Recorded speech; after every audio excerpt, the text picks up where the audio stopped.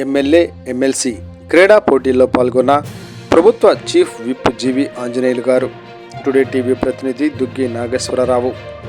విజయవాడలోని ఇందిరానగర్ స్టేడియంలో ఆంధ్రప్రదేశ్ రాష్ట్ర ఎమ్మెల్యే ఎమ్మెల్సీలకు క్రీడా సాంస్కృతిక పోటీలు సోమవారం ప్రారంభమయ్యాయి. ఈ క్రీడా పోటీల్లో తెలుగుదేశం పార్టీ సీనియర్ నాయకులు, వినుకొండ శాసనసభ్యులు, ప్రభుత్వ చీఫ్ విప్ శ్రీ జీవి ఆంజనేయులు గారు పాల్గొన్నారు.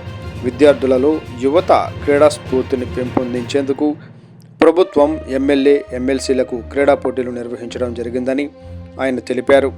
క్రీడా పోటీలు మరియు సాంస్కృతిక కార్యక్రమాల ద్వారా ప్రతి ఒక్కరిలో శారీరక, మానసిక పటిష్టానికి, ఉల్లాసానికి ఎంతో దోహదపడతాయని ఆయన పేర్కొన్నారు.